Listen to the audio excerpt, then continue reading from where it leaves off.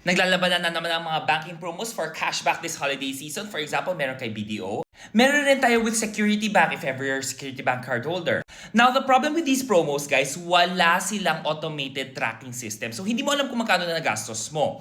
But I got you, since I love you guys. Yes, ginawan ko na kayo ng tracker here. So, ito yung for, let's say, BDO na dito yung promo mo. And then, nakadivide na yan per card type. So, whatever cards meron kayo, gamitin mo na lang kung ano yung fit sa'yo. And lahat na nasa yellow, yan lang po i-adjust nyo kasi naka-formula na siya. For example, kumain ka ng meal, o diba, let's say, dagdagan natin siya ng 2,000 pesos, bumili ka ng something. Tapos nag-bistro ka, o diba guys, yung 2,000, 1,000, naging 3,000 pesos na dito. So now you will see how much spend left mo to be able to get it. Guys, you can also change yung requirement na gusto mo kasi diba depending on the price that you want. Linagay ko lang dito yung 300,000 kasi ito yung pinakamalaking cashback na makukuha nyo.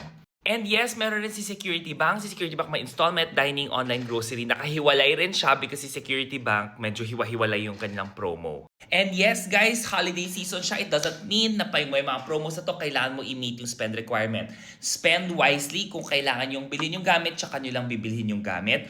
Or if ever may tao nagka-cash, gamitin nyo, kunin mo yung cash, tapos gamitin mo yung credit card mo para makuha mo yung cashback. Tapos panalo ka, di ba? May cashback ka na, tapos hindi ka pa, may points ka pa. Ah!